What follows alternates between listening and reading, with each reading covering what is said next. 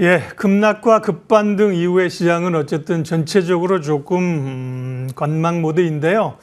시황 전략 세우겠습니다. 오늘 시황에서는 IBK 투자증권 영업부 박근영 부장님 함께합니다. 어서 오세요. 네, 안녕하십니까? 오늘 박 부장님과 이야기 나눌 주제를 먼저 소개해드리도록 하겠습니다. 음식료주의 변신.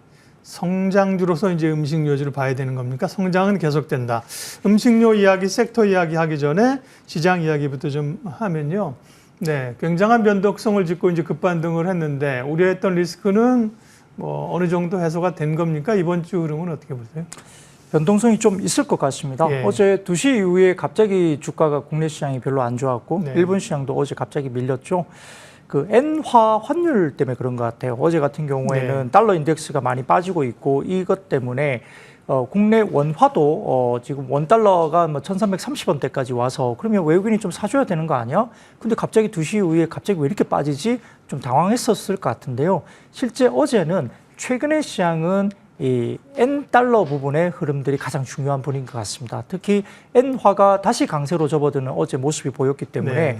이번 주 금요일 날 BOJ 부총재가 일단 그 의회 연설이 있는데 네. 거기에서 약간의 금리 인상 기조를 그대로 유지하는 것이 아니냐라는 어제 이야기도 좀 흘러나왔어요. 네. 시장에서. 그러다 보니까 최근에 주가의 급락의 원인이었던 엔화 강세 이 부분들이 다시 좀 이루어지는 것이 아닌가라는 불안감 때문에 어제 2시 이후에 갑자기 시장이 좀 많이 빠지는 모습을 보였는데요. 일단 뭐 그건 겪어봐야 됩니다. 금요일에 어떤 이야기를 할지 좀 지켜봐야 될 것 같고 엔캐리 트레이드 같은 물량들도 지금 순 포지션이 지금 헤지 펀드들이나 순 포지션이 이제는 엔화 관련된 포지션이 이제는 매도가 아니라 순매수 포지션으로 넘어갔거든요. 그러면 사실은 해외 쪽의 글로벌 헤지 펀드들은 엔화 강세 지금 배팅을 또 하고 있는 분위기예요. 그러다 보니까 조금 많이 밀렸던 그러니까 147엔대 이상 밀렸던 엔화가 뭐 146엔, 145엔 이렇게 다시 올라오게 되면 네. 시장이 조금은 또 주춤해지면서 변동성이 좀 확대될 수 있는 부분이고요. 28일 엔비디아 실적 발표라든지 그다음에 그 외에 뭐 잭슨홀 미팅이나 이런 부분들이 있기 때문에 네. 계절성으로 봤을 때 또 9월 달이 그렇게 썩 나스닥 100 지수가 계절성을 봤을 때 그렇게 좋은 달은 아니었어요. 그러다 보니까 약간의 경계심리 그리고 기존에 빠졌던 코스피도 2,700포인트 정도 왔을 때 61.8% 기술적인 반등이 어느 정도 왔다는 점에서 약간 경계감도 좀 있는 상태라 일정 부분 조정이라든지 쉬어가는 국면이 좀 나올 수 있다는 점도 시장에서 분석이 되고 있습니다. 네, 대체적으로 여기서 뭐 이전 같은 이제 급락 가능성은 이제 굉장히 나뉘어 있다고 봐야 되는 거죠. 그러나 상당 부분 급반등이 됐기 때문에 고민이 좀 있는 그런 자리라고 말씀하셨고요. 네. 결국은 지수보다는 섹터 종목이 더 중요한데요. 오늘 섹터는 아까 말씀드린 것처럼 음식료를 말씀하셨는데 음식료는 이제 과거에는 전통적으로 내수주입니다. 네. 그리고 이제 경기 안 좋을 때 경기 방어주 성격이었는데 최근에는 수출이 잘 되고 성장주 성격으로 수출을 봐줘야 된다 이거잖아요. 네, 그리고 맞습니다. 많이 올랐는데 가장 최근에 음식료들 이슈는 그럼 어떤 것들이에요? 네. 역시 이제 음식료 같은 경우는 화장품하고 좀 비슷한 궤를 같이 합니다. 움직임들이. 네. 뭐 화장품도 지금 나쁘다는 이야기는 없잖아요. 근데 주가가 상반기에 상당히 많이 아웃퍼폼을 하고 네.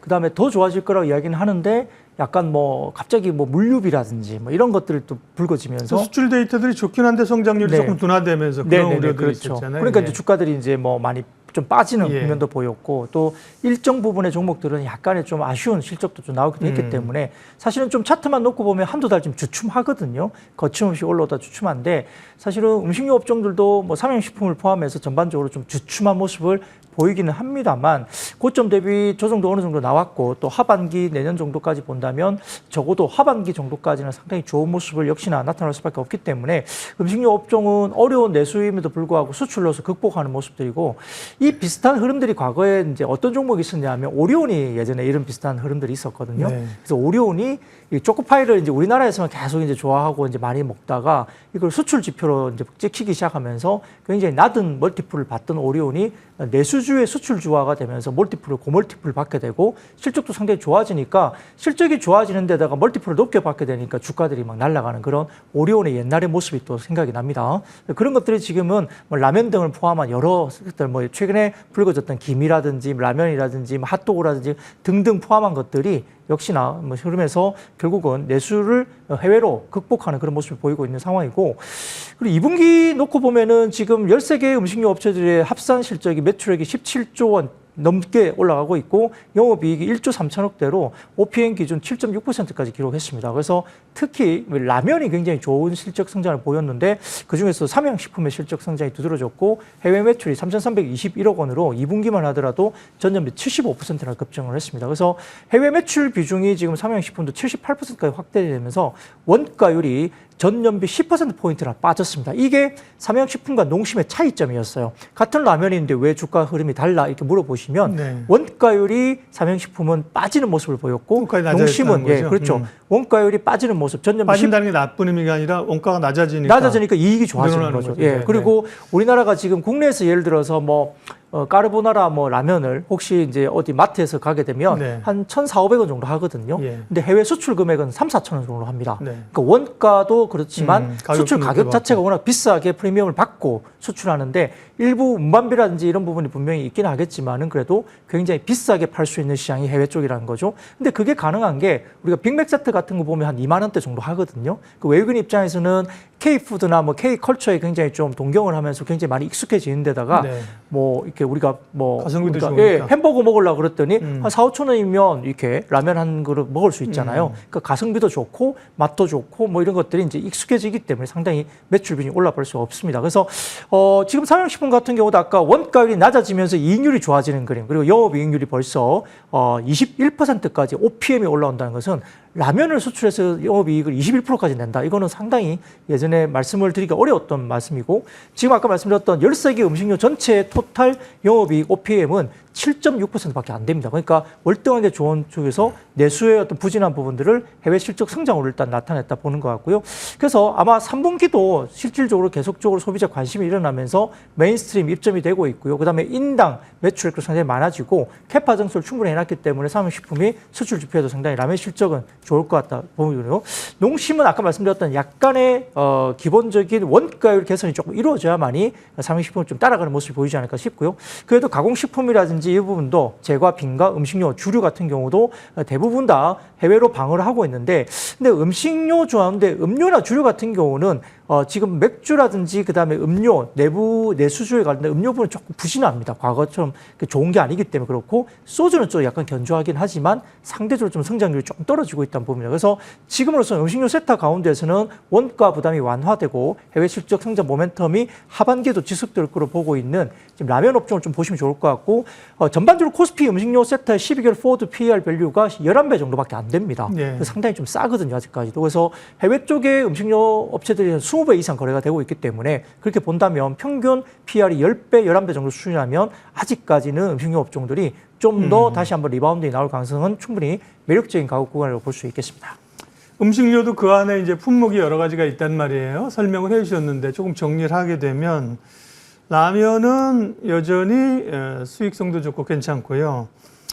이제 우양이라는 기업하고 빙그레라는 기업 한번 보여주세요. 이제 우양도 뭐 소세지 이런 걸로 해서 그 이제 관심이 있었는데 네. 급등을 했다가 많이 빠졌고요. 빙그레 같은 경우도 뭐 굉장히 올랐다가 많이 빠지면서 그러니까 이런 기업들은 음식료라고 사실은 다 간 게 이제 아니란 말이죠. 우양 같은 경우 뭐 급등했다가 뭐 많이 빠졌어요. 그러니까 이런 가공식품 조금 제과, 뭐 빙과, 음료, 주료 전체적으로 그러니까 다 좋은 건 아닌데, 그러니까 좋은 쪽은 그러니까 라면하고 또 뭐죠? 네. 네, 실제 제가 아까 조금 말씀드렸지만 네. 라면 쪽이 지금은 수출 지표라든지 제일 좋고요. 네. 그다음에 가공식품은 내수 부진을 해외로 방어는 하는데 아까 뭐 우양이라든지 우리가 보면은 핫도그라든지 네. 그다음에 이제 우리가 만두라든지 이런 것들도 있지만 CJ그룹은 워낙 크기 때문에 움직임이 그렇죠. 조금 무거울 네. 수 있고요. 핫도그 같은 경우도 라면만큼의 폭발력은 좀 없죠. 물론 예전보단 잘 나가긴 합니다. 뭐 김밥도 마찬가지죠. 그런 것들도 있는데 냉동 김밥 관련된 뭐 여러 가지 부분들이 많이 있었지만 이번에 뭐 CJ 시푸드 같은 경우도 뭐 김 관련해서 굉장히 좋았잖아요. 네. 근데 2분기 숫자를 보니까 조금 아쉬웠어요. 실적 부분이 좀 아쉽게 나왔습니다. 주가는 그때 굉장히 바람을 타고 올랐지만 네. 뚜껑을 열어보니까 조금 아쉬운 실적이 나왔다. 그래서 이런 것들 가운데서는 예를 들어 라면, 가공식품, 제과, 빈과 음료, 주류 이렇게 봤을 때는 그래도 믿을 것은 라면 쪽에서 좀 더 확실한 부분들이 나오고 있다는 점에서는 역시 탑픽 쪽은 라면 쪽을 좀 지켜보시는 게 좋을 것 같고 여전히 덥기 때문에 빈과 제과류 가운데서는 밸류에이션 매력도가 있는 뭐 롯데 웰푸드 이런 쪽도 조금 관심 있게 지켜볼 필요는 있겠습니다. 네. 롯데 웰푸드도 뭐 이거 이제 인도 모멘텀 그때 예, 이런 것들 올라왔었는데 지금 약하고요. 그러니까 음식료 전반적으로 굉장히 막 품목별로 다 강한 건 아닙니다. 그러니까 이제 가벼운 종목들 뭐 쭉쭉 올라가면서 얘기됐던 것들 결국은 시간 지난 변동성을 크게 만들어내잖아요. 그러니까 네. 그런 거는 분명히 트레이딩은 되지만 그런 걸 아시고 잘 끌어내야 돼요. 이런 거는 그죠? 대형주들은 좀 편안하게 가져가도 되고. 그러면 오늘 음식료 얘기하는데 그 가운데 조금 주목해볼 기업은요. 역시 뭐 대장주이자 뭐 최근에 조금 오르긴 했지만 고점에서 뭐 70한 1, 2만 원까지 갔다가 지금 53만 원대까지 굉장히 낙폭이 삼양식품. 그렇죠. 네네. 상당히 큰 삼양식품입니다. 뭐 누가 뭐라 그러더라도 목표 주가 상향 조정 속도가 좀 빠르긴 했지만 오히려 실적에 대한 상향이 또 속도가 더 빨랐다고 좀 볼 수 있는 상황이고요. 그래서 고점 대비 어느 정도 가격 조정도 충분히 된 상태이고요. 2분기 영업이익이 895억 원으로 시장 컨센서 상회했습니다. 여러 가지 뭐 우리가 광고 선전비나 물류비가 증가가 분명히 있었음에도 불구하고 미국과 유럽 중심의 수출 비중이 확대되면서 오히려 일본 분들 전부 다 메이크업을 할 정도로 워낙 좋았죠. 그래서 매출액과 영업이익 모두 시장 컨센서를 상회했었던 것으로 판단되고요. 전반적으로 말씀드렸던 미국과 유럽 수출 비중 확대가 계속되고 있고 아까 평균 판매 단가가 증가한다고 제가 말씀드렸는데 말씀드렸듯이 국내에서 한 1,400원 정도 하던 제품이 해외 나가면 미국과 유럽 쪽에서는 4,500원 정도 받기 때문에 상당히 높은 가격을 팔 수 있습니다. 더군다나 뭐 물량이 좀 이렇게 수출 지표가 많이 나오고 캐파를 이제 계속 돼야 되니까 사실 주말 생산 확대 등을 통한 판매량 증가 때문에 아마 2분기, 3분기 넘어가면서도 분기 대비로도 매출 증가세가 지속될 것으로 보이고 있고요. 특히 미국과 유럽 매출 시장에서 분기 대비 30% 이상 성장을 계속하고 있습니다. 그리고 말씀드렸던 평균 판매 단가와 판매량 증가가 진행되면서 아마 2분기 기준 매출 비중은 미국 쪽이 23% 그리고 중국이 22%, 유럽이 13% 정도 추산이 되면서 미국과 중국, 유럽 중심으로 상당히 수출 기조가 굉장히 좋다 볼 수 있습니다. 그 핵심 제품인 불닭볶음면의 공급 부족 현상이 계속적으로 나오고 있는 상황인데, 자, 불닭볶음면이 그렇게 매운데 외국인들이 계속 많이 먹을까요? 물어보시겠지만, 최근에 나온 신제품 가운데 까르보나라 그 불닭볶음면 해가지고 이런 부분들은 좀 덜 맵고 외국인들이 충분히 지금 적응 가능한 그런 제품으로 보이는 상황이고요. 그래서 주말 생산 확대, 고판가 지역의 매출 비중을 높이면서 좀 더 높은 가격을 받을 수 있는 지역 쪽으로 매출을 확대하고 있다. 이렇게 보시면 좋을 것 같습니다.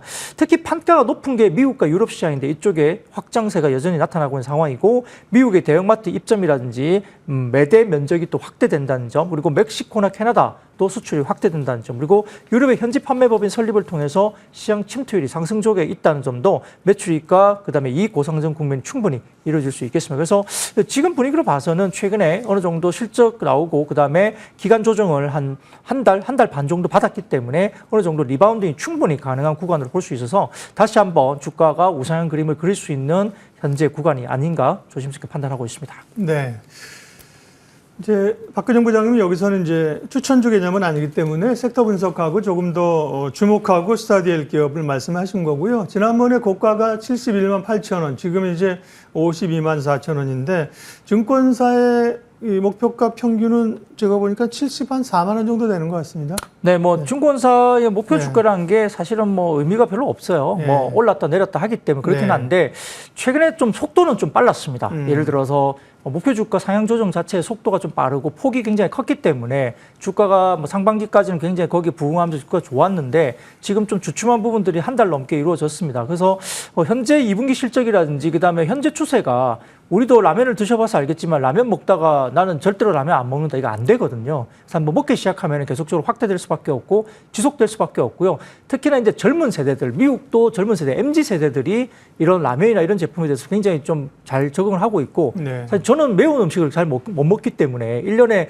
라면 제품 한 몇 번 안 먹거든요. 못 먹어요. 못 먹는데 조금 줄이기도 하고 있지만 외국인들 같은 경우는 저보다 매운 음식 더 잘 먹는 것 같습니다. 불닭볶음면 저는 한 번도 트라이를 못 해봤거든요. 근데 불닭볶음면 일부 뭐 유럽 지역에서 너무 맵다라고 이야기는 하고 있지만 네. 그래도 불닭볶음면 수출 지표 그리고 아까 말씀드렸던 외국인들의 입맛에 순화돼서 맞출 수 있는 까르보나라 제품이 상당히 인기를 끌고 있기 때문에 네. MZ들 중심으로 해서 지금 이게 K컬처가 결국 나가면서 이 부분에 대한 적응을 계속 하는 것 같고 외국인들의 MZ 세대들은 우리보다 매운 거 잘 먹는다 보시면 될 것 같고요. 그래서 그런 수출 네. 지표가 나오면서 아까 말씀드렸던 여러 가지 부분에서 소비가 경기가 좀 안 좋아지고 그다음에 아까 말씀드렸던 햄버거 가게에 대한 지표가 너무 비싸지고 하다 보니까 예. 이런 이런 라면에 대한 부분들에 대한 어떤 수요가 충분히 매력적인 수요가 될 수도 있다. 가격적인 측면에서 이렇게도 볼 수 있겠습니다. 그러니까 식음료, 음식료 중에서는 어쨌든 간에 제일 믿을만은 라면이고요. 뭐 대표 주자는 삼양식품이고 실적 발표됐고 주목합니다.